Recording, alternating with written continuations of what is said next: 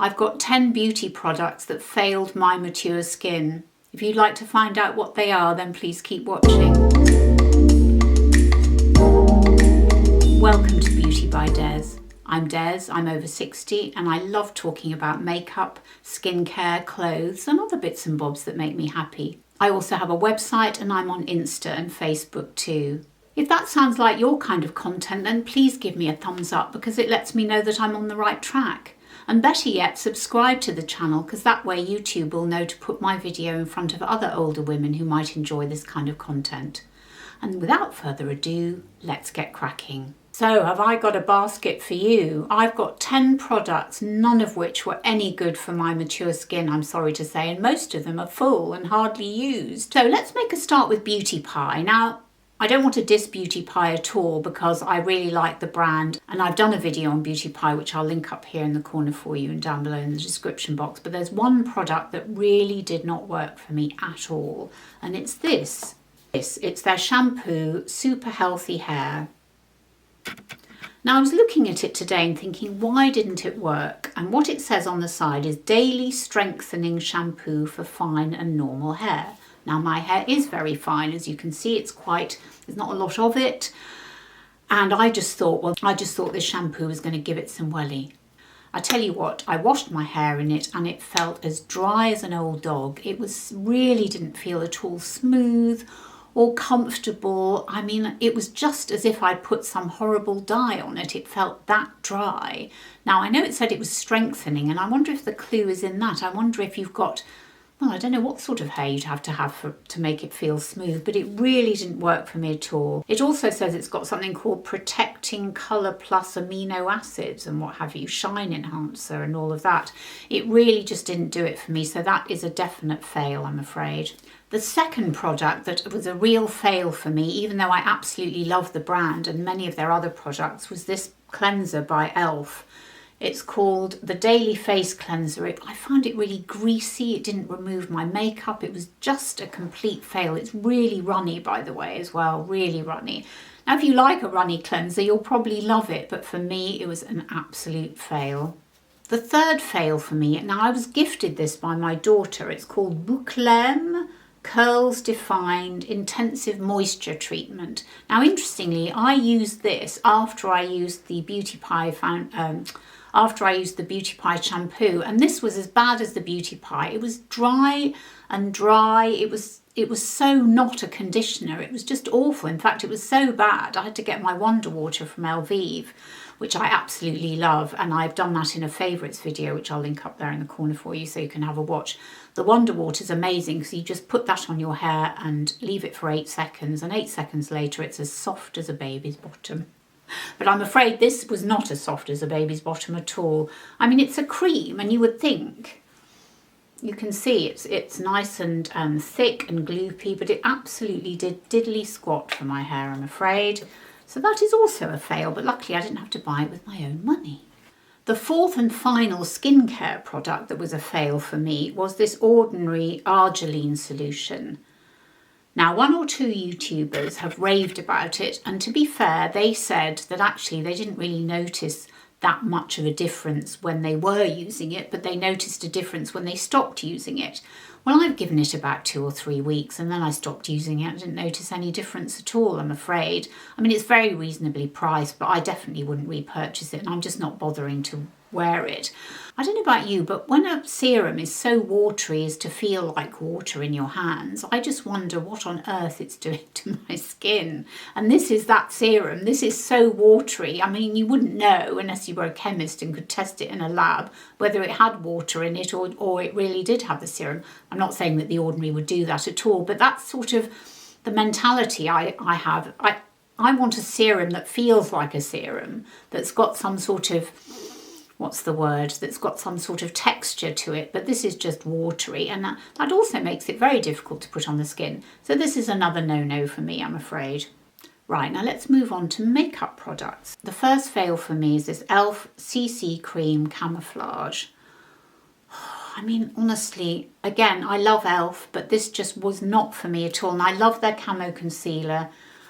I think I got the shade, what shade did I get? I mean, it says it's got collagen, peptides and niacinamide in it, but I just found it horrible. It's settled into fine lines. It's very thick. I mean, I suppose it is full coverage, and I thought, well, I'd try a full coverage, but really not for me at all. Didn't move, caked. No, bit of a disaster really, that one. As was another brand that I've discovered recently called Revolution.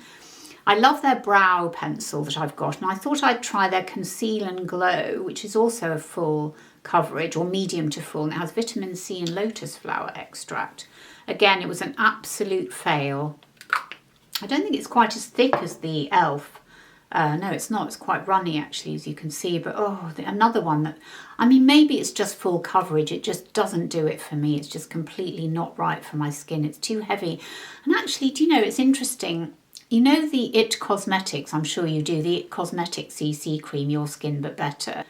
That was a kind of gold standard foundation that everybody was wearing back in the day. Well, not that long ago, really, 2, 3, 4 years ago.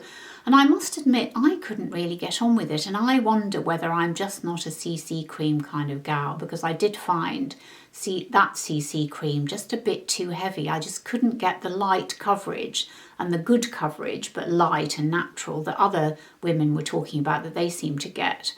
So I'm afraid CC creams, full coverage, just not for me. Another makeup product that didn't work for me, and in fact another foundation, but a high-end one, was the MAC. I was so disappointed with this because I actually went in to a store and had a sales assistant help me to choose a MAC foundation, and it's this one, the Studio Fix.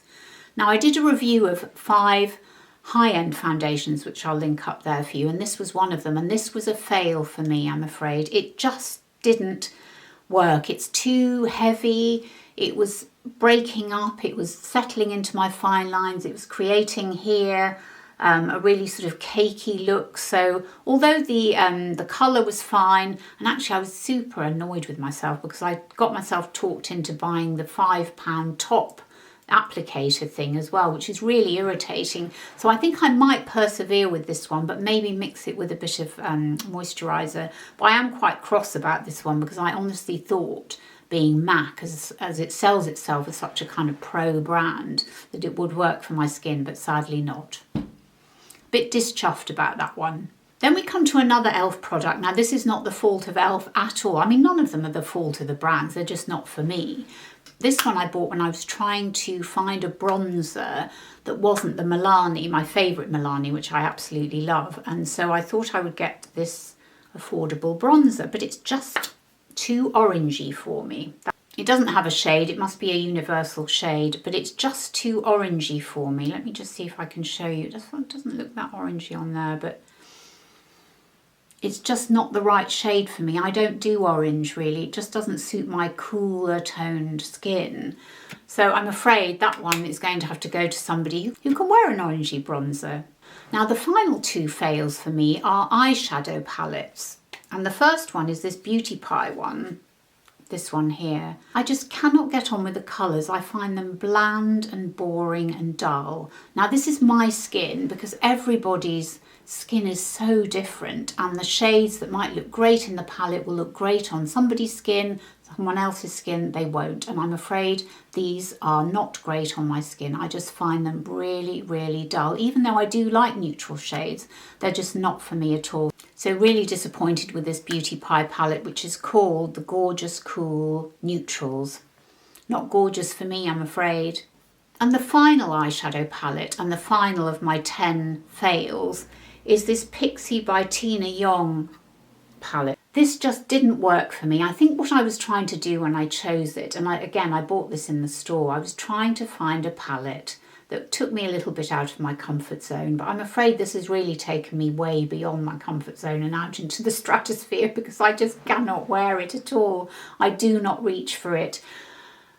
I think it's really a young person's palette, or somebody who likes to wear greens and blues, which just isn't me. And even the neutrals don't really work for me.